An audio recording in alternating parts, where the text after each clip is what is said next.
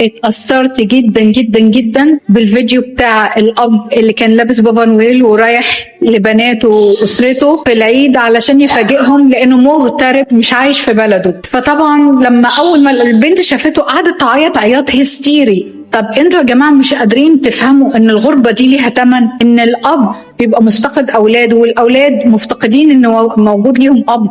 يعني ده حاجة عادي كده. الناس اللي بتقعد تقول ان الغربة والفلوس وكده كل ده ولا اي حاجة مقابل المشاعر الحلوة دي، عايزة اقول لكم دي ملهاش لا تعوض، ليس لها تمن، ليس لها تمن. ارحموا من في الغربة واعرفوا ان هم بيفقدوا كل يوم من روحهم حتة، بره بلدهم بيفقدوا حتة من روحهم، أهلهم نفسهم كمان بيفقدوا حتة منهم. حتى الأطفال اللي بيعيشوا من غير ما يكون أبوهم جنبهم صدقوني بيبقى في حتة منهم مفقودة. وطبعا بيبقى في آباء كتير مضحيين بحياتهم. أنا في مرة سمعت من أب كلمة بياخد معايا جسد بيقول لي حياتي مؤجلة. أنتوا متخيلين الكلمة قد إيه قاسية؟ حياته مؤجلة. والله العظيم هي كانت ده الكلمة اللي استخدمها عشان يعبر على إن هو مش عايش مع أسرته، فحياته معمول لها بوز. متخيلين الموضوع عامل ازاي؟ بجد الفيديو حلو جدا، ويا رب يجمع كل الناس ببعضها، ونحاول دايما نعيش مع بعض لو قادرين. لو مش قادرين خلاص هنعمل ايه؟